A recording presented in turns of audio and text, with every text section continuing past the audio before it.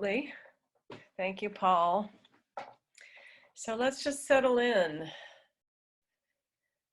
Taking a breath and getting centered right where we are. I know that spirit is present in as absolutely everything. Spirit is present in each room that we're in, connecting us all through its divine presence of love, of connection, of oneness. It is that divine peace, that joy that bubbles up. It is the beauty of a day like today. Spirit is in, through, and as absolutely everything. And I know it's present right where each one is. We are each a part of it. And so I just bless this evening together. I just know that it is divinely orchestrated and that it flows and reveals itself to each one of us in exactly the way we need. I give thanks for this coming together. I give thanks for all the behind the scenes people helping us with Zoom and all of the technical aspects of this evening. And I give thanks for OCSL for bringing us together. I also give thanks to all those in service in the world, whether it's healthcare professionals, teachers, and so much more. Just knowing that we are all connected, especially in these times. So I just give thanks for this evening. I let my word go. And please join me in saying, and so it is. And so it is.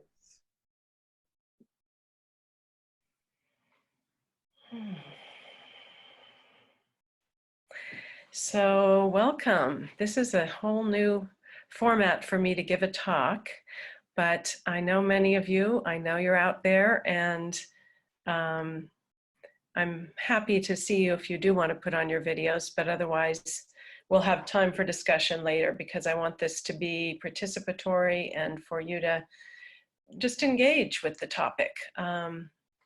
So as Paul already mentioned, the topic of the month is Listen to Your Heart. And the weekly topic is called Seed of Your Soul.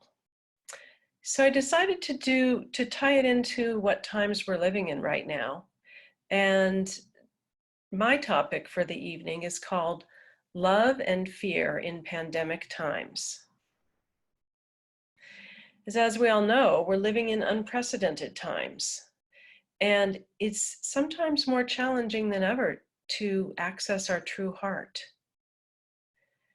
There's a lot of fear out there. There's a lot of different feelings about what's going on. Frustration sometimes feelings of lack. And our hearts are a sensitive place. They're kind of like little sea anemones that react to pressure, to things around them. So they can easily constrict and they can open.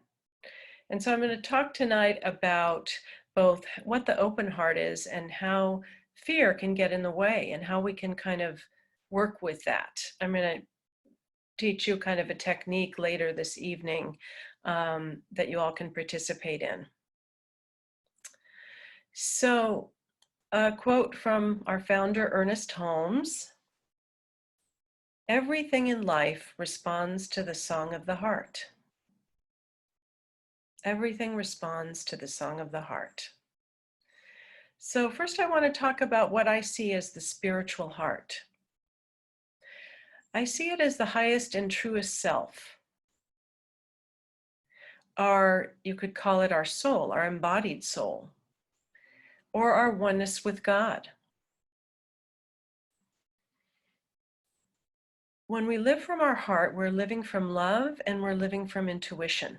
There's this divine wisdom within that we can draw from. And when we're in heart, we have this feeling of vastness, of openness, of receptivity, of aliveness, of joy, of peace, and of love. All of those qualities of spirit.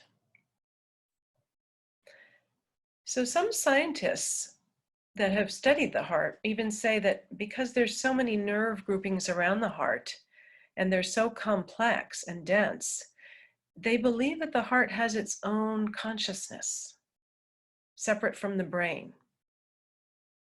So when we talk about the science of mind, we talk about, really we're talking about the heart and the brain, the mind, the larger mind.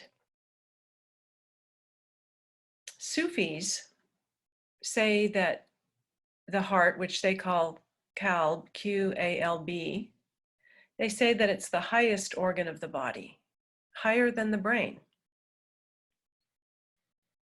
A quote from Antoine de Saint-Exupéry from The Little Prince: "It is only with the heart that one can see rightly.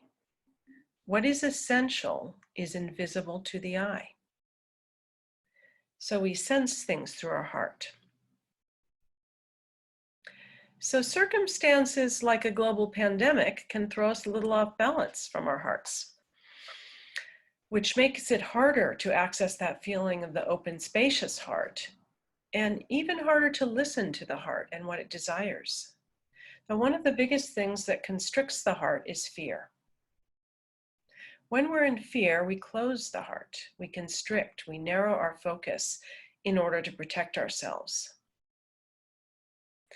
So I'm going to talk a little bit about what fear is. Fear is a distressing emotion aroused by impending danger, evil, pain, etc., whether the threat is real or imagined. I think that's a very important part. Our instincts are to respond whether we perceive it in our imaginations or whether it's true. And it comes from a very sensitive response called the fight or flight response, which is basic to our survival. The fight or flight response can be triggered around past traumas. It can be triggered around beliefs or thoughts that we hold, or unresolved emotions that we have.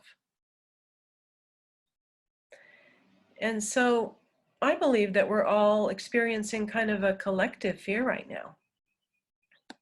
There's a lot of the elements for fear. There's uncertainty about the future.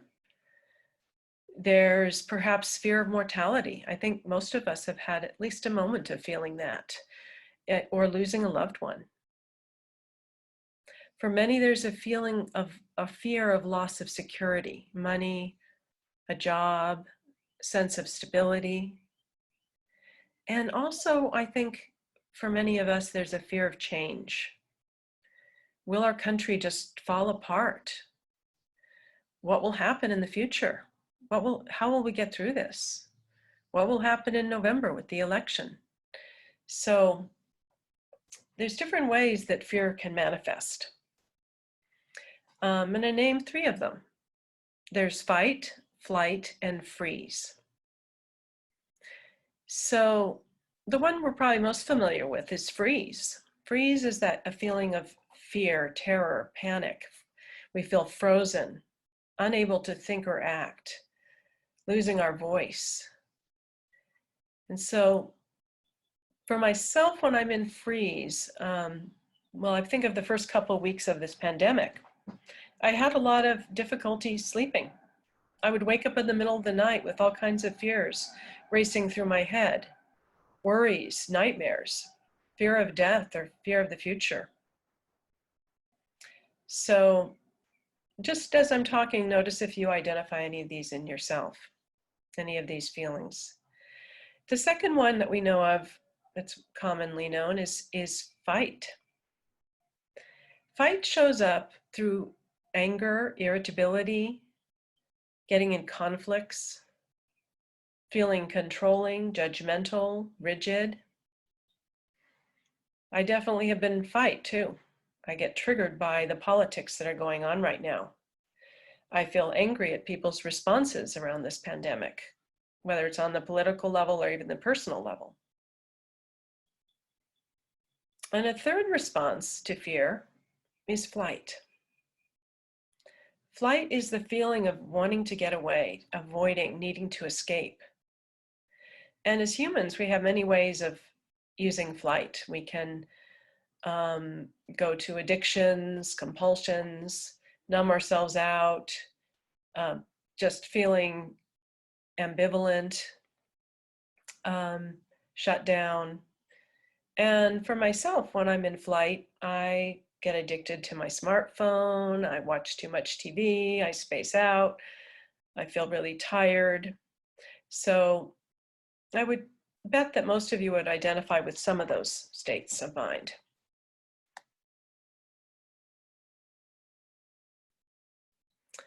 So how do we know when we're in fear or when we're in our heart? How do we know if we're making a decision from the right place? The difference is that if we're in our heart, we're not reactive. It feels clear and peaceful. It brings out a feeling of creativity about solving problems. And it's intuitive. It's not from a feeling of should. As Althea Luna says, your soul is your ultimate guidance system. You can think of your soul as your compass, map, and destination all in one. So again, we're talking about the soul as really the same thing as the heart here, the spiritual heart. So I just want to pause for a minute before I get into how we work with our fear and get back into our hearts. And I want to ask a question of all of you. So anybody that would like to unmute themselves, I would welcome you to during this time. The question is simply, what fears have been up for you lately? Are there any fears that you have been experiencing since this whole pandemic?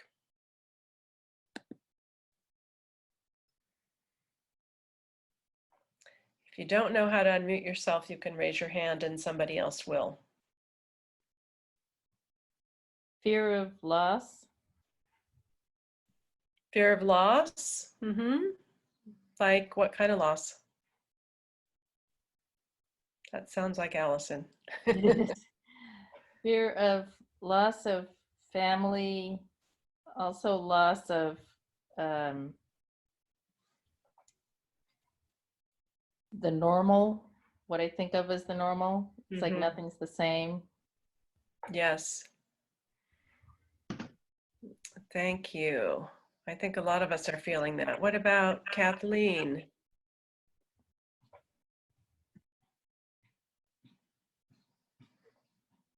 Kathleen, do you know how to unmute yourself?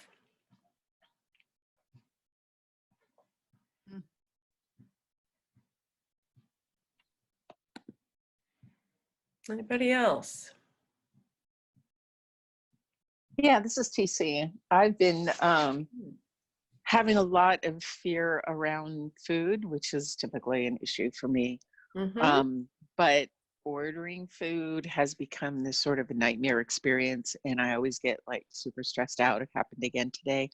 And I think I'm okay. I think I'm okay. I think I'm okay. And then just that one thing, you know, it's like, I'm okay that when I order the food, I don't know if they're actually going to be able to buy everything.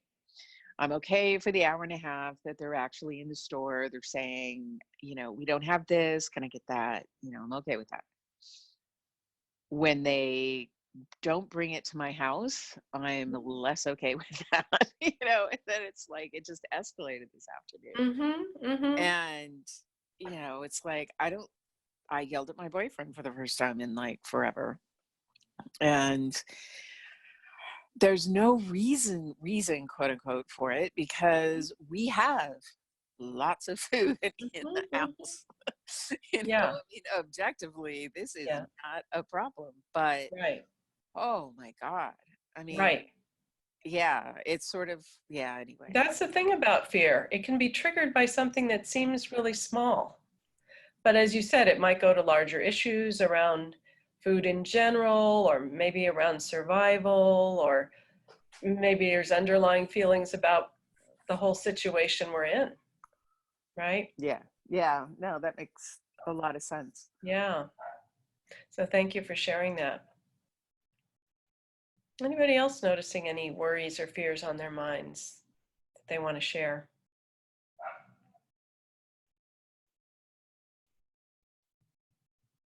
Sally? Yeah, one of the worries that I have is that we're gonna find ourselves pushing so hard to get past this and go back to the normal that we're not gonna allow that good that is really wanting to reveal itself through this to come fully present, that we're gonna thwart it somehow. So that's a fear of mine, that we're just going too quick and not allowing spirit to do what's being done. Yes, yes. And so in that moment, when you have that fear, it's hard to trust that there is a divine order, that it's worrying about people's actions and how people are going to get in the way. Right. Yeah. Yeah, I trust the divine order, but I don't trust the people. Right. Yeah. Again, I think that's a common fear right now. Anyone else? This is Sherry, but my Hmm? my thing is blocked, so you can't see me. I get, oh, they're all blocked. Okay. Okay, yeah. Oh, there we go. I can hear you. Yeah, I go from all three of those. You can hear me? Yes. Fight, flight, and freeze. This afternoon, I just checked out and went to sleep for 3 hours. Mhm. And I was up a lot of the night, not sleeping. So Yeah. my days are turned around, and I find anger. I at the political situation, and Mhm. yeah, so I'm angry there a lot. And then yesterday, I have a friend that I was his 8th grade teacher, you can imagine, and he's now 60. And we've been friends since he was an 8th grader. Wow. And his 34-year-old son died yesterday. And so I spent the evening with him last night. And that, besides my heart and my compassion and all of that, it's the fear of my own son that I carry with me all the time, and who is on the planet and who is well, and I hope, and who is here. So it's like there's so much grief going on in so many people's lives that it's hard for me to stay centered and not go off in one of these 3 different places. Yes. Thank Yeah, you. and the last thing I'll say is I agree with Sally. My big fear is I read all about the 1918 pandemic, and when they went back too soon, all the things spiked again, and they started all over again. So Yeah. trying to deal with that fear and say I have no control. The planet's, we're going to do what we're going to do. So, Right. Right. thank you. Thank you. Yeah. Again, you're speaking to a lot of very primal fears Yes. that are just part of being human, right? Yes. Part of being human. Mm-hmm. It's hard being human. It's hard. It is hard being human for this human. That's like, Yes. it's a lot of feelings. It's hard being human in a time of such flux and change. Yeah. Yeah. Anyone else? Let's see. Two other raised hands here. Yeah, Reinhardt was up next. Okay. Okay, can you guys hear me? Yes. Oh, great. So maybe a slight, related, but maybe a slightly different lens to what Sally said before. So there's certainly with me, there's also the fear of just, getting sick and, going to the grocery store. And I was today again. And once I come home, then I'm happy and all this. But it has also shifted over time. So at the beginning, there was more that kind of fear. But then I and probably other people thought, oh, okay, so we're going back to normal, whatever that means, in maybe like a month or in 2 months. But now we're realizing this is not going, first of all, there's probably never going, totally going back to normal. And then there are all these, computer models with the second wave, the third wave, and so on, and the fall, how it will look like. And so now this fear, for me, has more migrated to like, how is this never going to end? And, I'm looking also at flights, because I have to visit my mother who lives in Europe. And this, of course, travel is very difficult right now. So yeah, it's just like, it's actually, I right now, I don't see a light really at the end of the tunnel, whereas a month ago, I was more optimistic about this. I thought it's this one wave, and then we sort of, will fall back and we smooth back in. And it's not Right. going to, Yes. no. Thank you. Thank you. I think one thing you're pointing out is our mind wants to go into what ifs. What if this happens, right? That's right. Yeah. And our minds also, to protect ourselves, they tend to catastrophize. They tend to pick the worst things that could happen. Somebody will die, or things will break down in our society. I often ask my clients, of all of your fears, what percentage of them come true? So now you might want to think about that for yourself. But I think for myself, about 1% maybe. So fear is just that. It's thoughts, it's feelings, but it's not, we don't know the reality, right? And somebody else had their hand up. Kathleen is next. Hi there. I'm having trouble with my video. It keeps coming saying that the host has blocked my video. Now I have it, but for the most part I don't have it. Can you hear me? Yes, we can hear you. Okay. So did you hear that about my video? It keeps saying the host has blocked it. Yes, we keep everybody's video blocked because that helps with our reception. So No problem then. I thought there was something wrong with mine. Okay. No, So we can see you, Kathleen. We can see you. Chantal. Okay, great. And Chantal, thank you very much. And just what you said about catastrophizing it. That's what I do. And when I watch television or even listen to the radio, there's nothing good. And every day it's like there's another possible implication of what will happen in this virus. Yes. So I have got myself in, my condo is going to go down like to nothing. And then all these people are suffering, and they're, well, it's just going to be another depression. So that's what and all I want to do is run away. So I'm in the flight mode. So thank you. Yes, yes. Thank you. Bonnie Gonzalez is next. Okay. Bonnie? I think you need to unmute yourself, Bonnie. I'm so sorry. Yes. I was just going to say, I'm just in a little bit of a different situation. I'm a nurse. I'm a home health nurse. And there are more patients to be seen now because of patients not going to doctor's offices and waiting. So I almost have this sense of sometimes guilt that my life really hasn't changed. I'm not lonely. I'm not looking for something to do. I'm not suffering from cabin fever. And it's almost like a survivor's guilt that I haven't at this point had that. I've not really been impacted in that way, in another way of being out there even more, which initially caused me concerns about my own health and safety and well-being. But I worked through that. And for me, nursing is a calling. It's what I do. It's who I am. So I've moved, and that helped me identify that. But now I'm just dealing with this when I talk to my friends and different people, and when I see patients, when they talk about how lonely they are and disconnected. Yeah, that's another really common feeling. And again, the mind tends to compare to other people.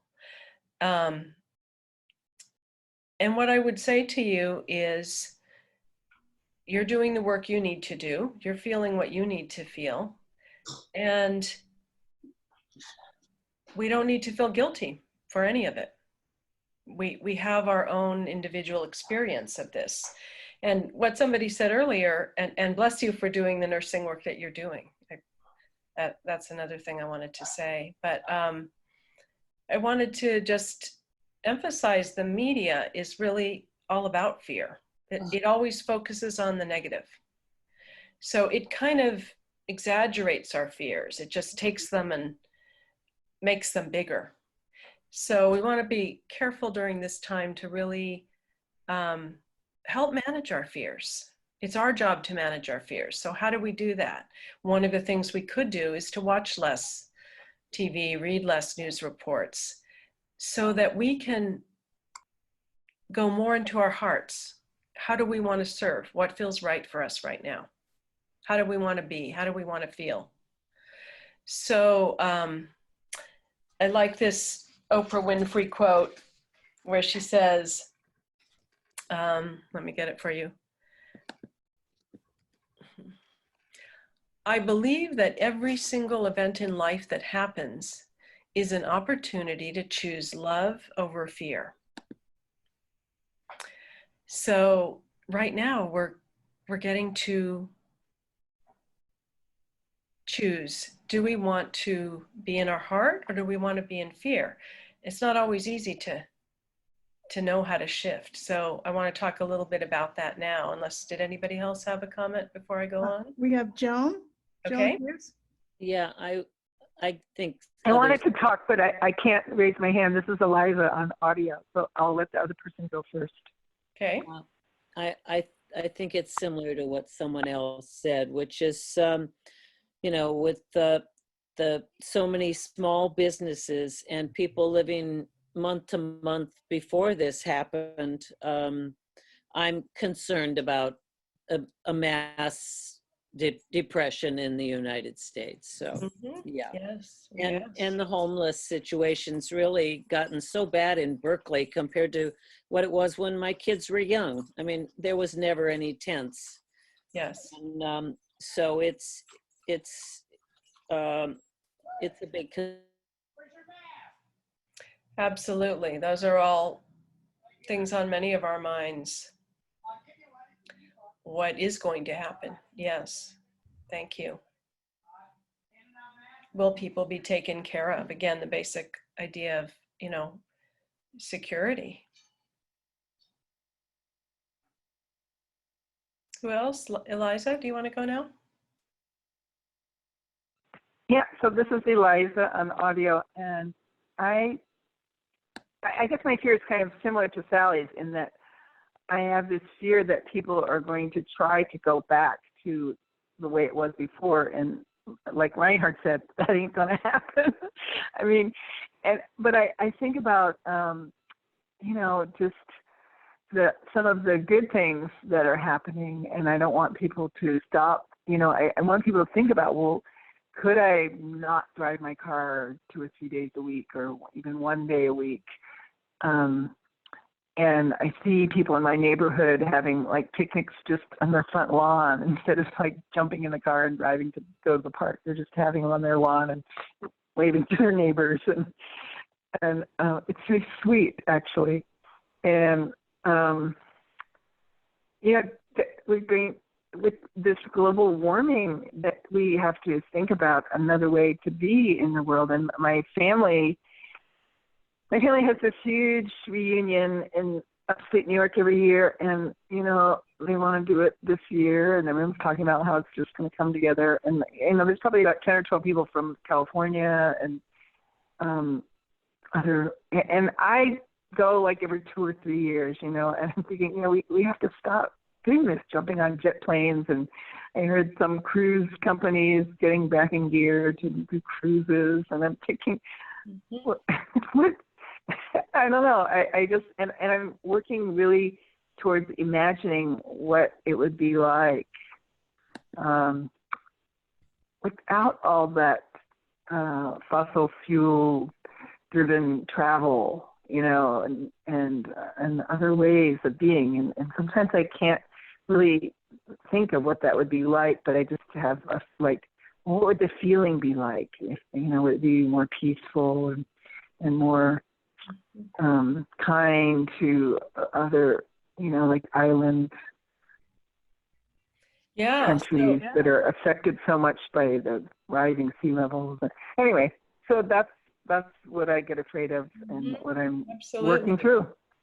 Yep. Absolutely. We're at a huge choice point right now. So we can either go for the opportunity of this moment or trying to resist the change of this moment or maybe even backsliding. I choose to not believe that, but but it's certainly possible, right? So it's kind of about where do we want to put our minds? Is there anybody else that wanted to comment or? I think Joan got cut off. I don't know if she finished. Yes, yes, I did finish. Thank you for that. Thank you very much. I did. You're welcome. Great. Thank you for your comments. And so I just want to say a little bit more about, we have these fears, which make a lot of sense. And what I've noticed in myself is I initially had a lot of really strong level of fear. And then I started shifting out of that and being kinder to myself and sort of letting myself follow my heart. What did I want to do? How did I want to spend my energy? Did I need to rest or eat or move my body? What kind of things did I want to listen to? I started reducing the amount of news and I started to feel better and better and more in touch with my heart, less overtaken by fear over time. And what I found is that my heart was wanting to give. My heart was wanting to find some ways of giving. And so I started to reach out more. I started to take on some new clients, to reach out to people that maybe I hadn't talked to in a long time. I started to feel compassion for groups that were suffering, and I started to donate money and kind of focus on how can I give. I have an elderly aunt who's about 95 who actually she was a big time athlete, participated in the Senior Olympics and everything. And now she's stuck in a tiny room and can't go out. And it's, driving her crazy. So I started dropping things off for her, like flowers or chocolate or things that I thought might cheer her up, which did. Now finally this week, they're allowing them to talk to people through a fence from their patio. And so I went over and visited her and talked through the fence. So that made my heart feel a lot softer and more open, that there are other people suffering more than me. So that's one thing that helped me to get in touch with my heart. Of course, all of the spiritual practices that we teach at OCSL help with getting more into our hearts. Meditation, affirmations, where we're affirming the positive. And we can really do that. We can address what is the fear, and can I say an affirmation that affirms the opposite of that? So I am safe, I am protected, I am loved, I'm connected, the world is safe. Prayer, we can pray for the state of the world, knowing that our prayers are heard, or trusting spirit, trusting divine order. Also things like being in nature. Nature is a place that helps us to feel more relaxed, more expansive, and creativity, doing something creative, that opens the heart right away. And as I've already spoken to, connecting with people we love. Those are all ways to get back into the heart and out of fear. So try some of those and see if they help with when you're in a state of fear. As Holmes says, if you are filled with fear, refill yourself with faith, for faith always overcomes fear. Faith always overcomes fear. I know that's really true because I used to be a terribly afraid person most of my life. And since embracing this spirituality and working on my fears, I feel that way pretty rarely these days. So it definitely, I can say that it works. The problem with being human is that we tend to judge our emotions. We judge our fears and we try to push them away. We try to do spiritual bypass, which is basically saying, oh, I'm so spiritual, I don't have fear anymore. Well, we all have fear. It's part of being in a body. Our bodies react with fear to things that are uncomfortable for us. So rather than ignoring our feelings, what I'm going to suggest is that we direct our heart, our loving heart, towards our feelings, towards our fears, so that the compassion that we feel for other people that are suffering, we feel for our own suffering.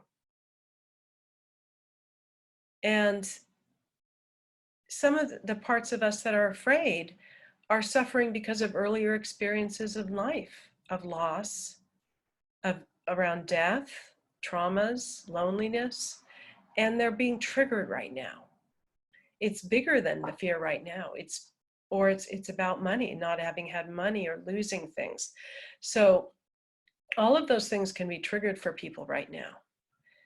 And so, but what I want to say is that the unburdened heart is always there, but we may not feel it. So we need to find a way to get to it, to find it. First, by listening to what's getting in the way.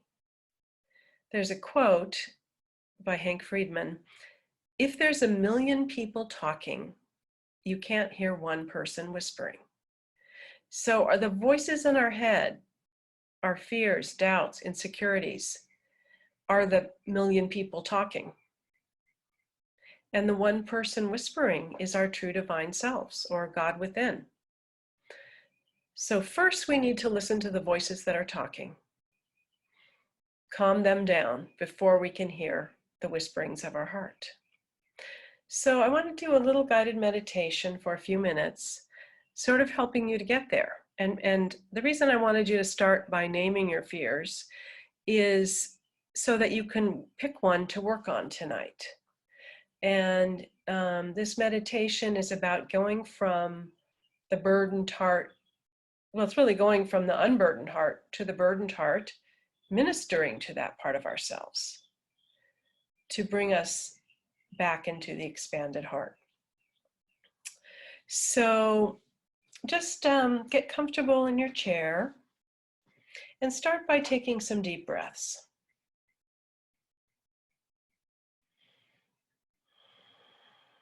And just check in with your body. Notice if there's any tightness. Breathe into that and simply allow it to relax.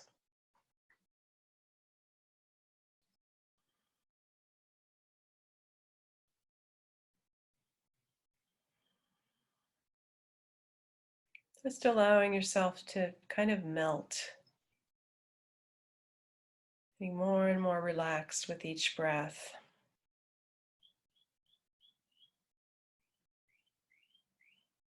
And I'd like you to bring to your mind a situation in which you felt open-hearted. Open, calm, perhaps blissful. It might be with a particular loved one that you feel safe with. Or maybe the idea of holding a baby. Or being in nature on a beautiful day. Or doing an activity that brings you great joy. So just imagine in your mind's eye what it looks like and feels like to be in this scene where you feel open, connected, and relaxed.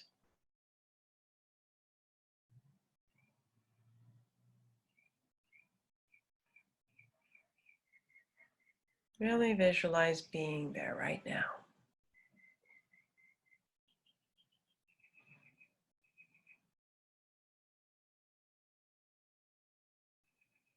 Take a moment to note what that feels like in your body.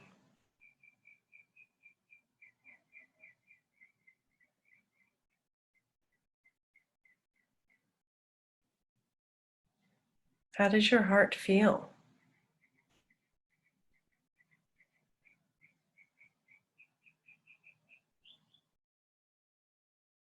What emotions do you feel?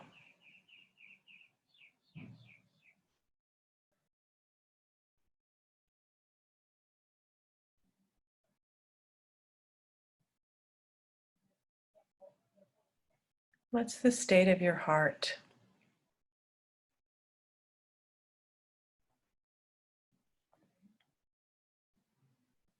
Now I'd like you to bring to mind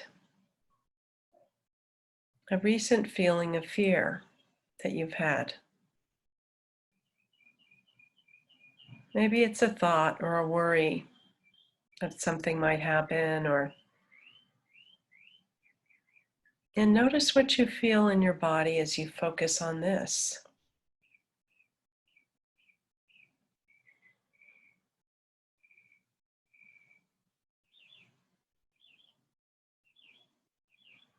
Notice the state of your heart now as you focus on your fear.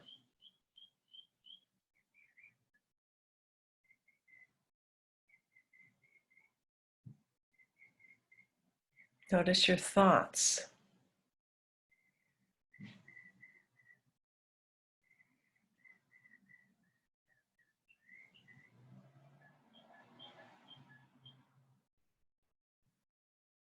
Notice if there are any feelings of judgment that come up around this feeling.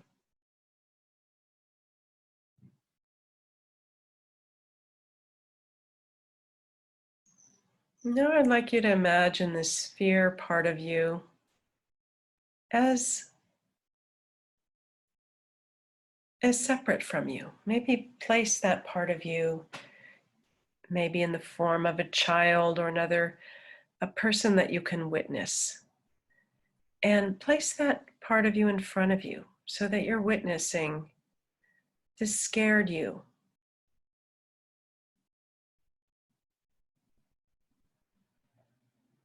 Go back into your spacious heart and just feel a great wave of love or compassion for the part of you that's in fear. Allow yourself to love that fearful part of you.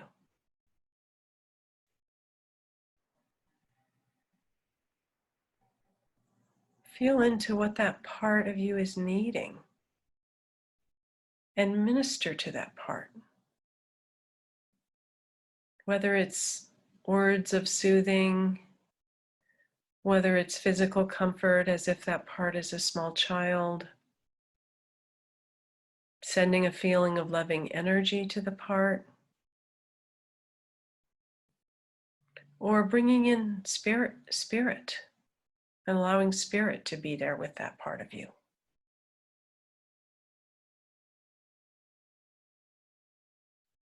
Notice how it feels to direct your open heart to the scared part of you.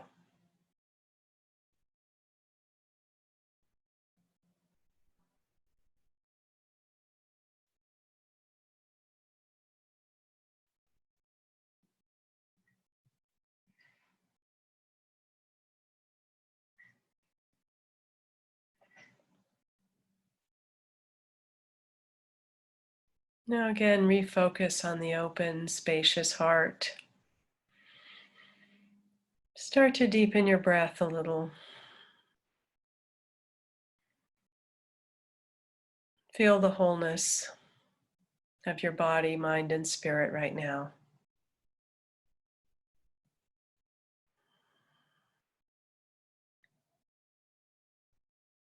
Say farewell to the fearful part.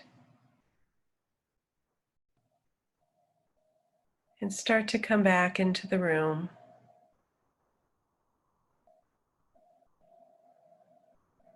And when you're ready, you can take a deep breath and open your eyes.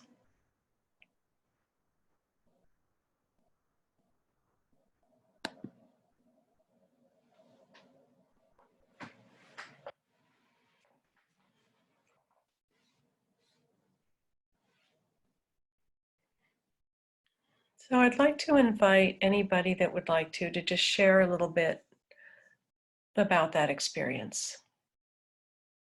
And again, you could unmute yourselves. You could put your camera on if you'd like to.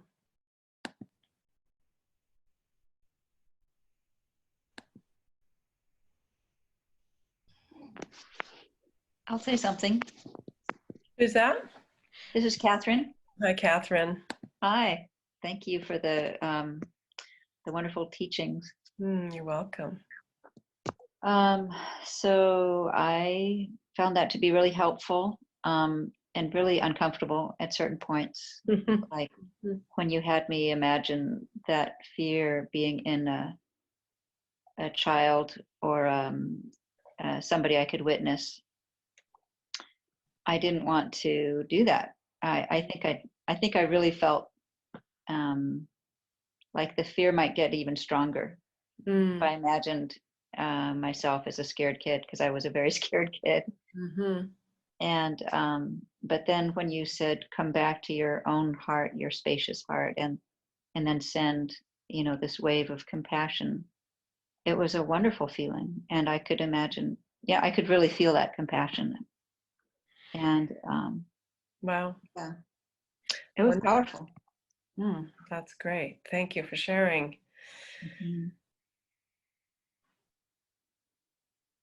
Anyone else want to share?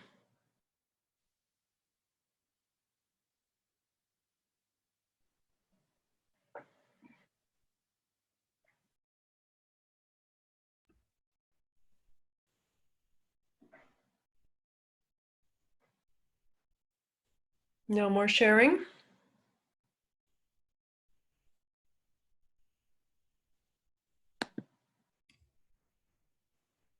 So let me ask one more question of the group. In what ways are you listening to or living from your heart right now? We all have ways that we're already doing that. So I don't want to just focus on the ways we're not, but also on the ways we already are. So just maybe brief shares, because we only have a couple more minutes. But anybody found something that really is feeling good right now in their heart?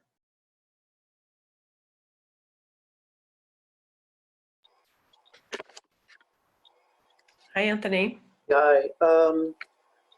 Well, like you, I would get uptight about things in the news. Actually, I go to Facebook, and I have friends and relatives on Facebook who are putting a lot of the intensity, like you said. I totally agree with you. The media is out to exaggerate your fears, and they do a great job. And I had to process. They're just out to get stimulating stories. Yes, it is informative, but they're going to put an emotional edge so that you can be, what? And then it's one piece of anxiety after another. And I realized, well, I got to go on a serious fast with Facebook. I do that more than just news, and started backing off and pay attention to the positive stories.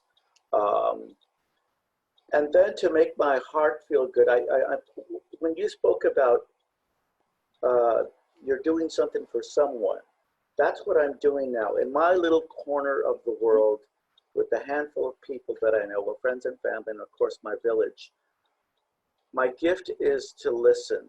And a friend of mine, his husband, he's being separated from his husband because his husband's a nurse living in a hotel.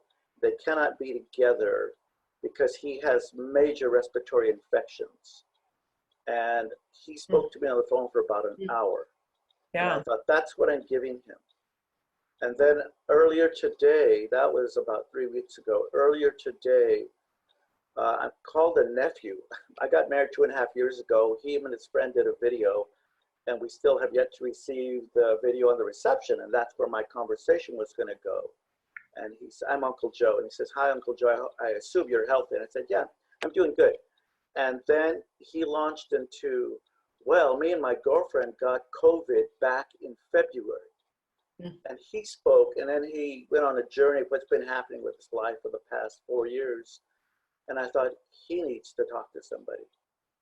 And then today, my neighbor right next door, he parked his truck across the street, and he had stuff to share.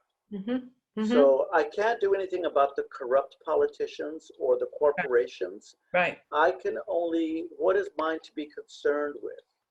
And I can't let that anxiety turn into fear about what's happening out there. Totally agree with you. We have free will. We have free choice. It's up to us where we're going to shut it off. And I struggle with that, like everybody else.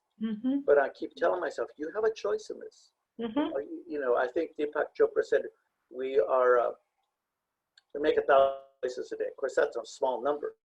But that's what I'm doing. I'm looking at somebody, you know, I'm following your conversation. Somebody wants to talk to me. And this is what you're doing now with the class. You're asking, okay, you know, you're being very empathetic. You're being very empathetic, Chantal, and asking people to open up. And that's what I can do, is just offer my empathy, not sympathy. But when I fall into a long conversation, this person wants to talk. They got stuff. They're feeling the isolation. Yes, So it's very powerful. I mean, that's a very powerful gift we have to give, is listening. And it takes us out of our own small mind, our own fear. Exactly. So it's a great way to expand the heart. Yeah, makes me feel good. Yeah, and what I would suggest is thinking every day. I think Christopher Brown brought this up in a talk he gave about thinking about who wants to hear from me today, who needs to hear from me today, right? And going with that intuition. Yeah. So any last shares before we bring Paul on again at the end? Anybody else want to share something that's opened their heart during this time?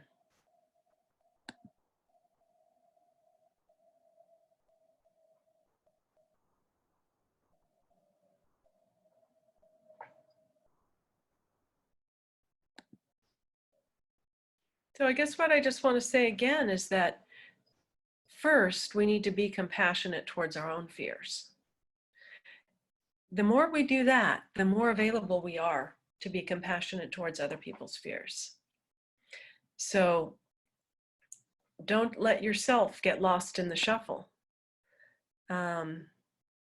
Being present with yourself first is key. Knowing, you know, letting those voices talk and be heard, so you can get to that little whisper that says, oh, maybe I'll do this today. Maybe I'll turn off the news, and maybe I'll go walk up to the top of the hill, or whatever it is that brings us that solace, that brings us that place of the expanded heart.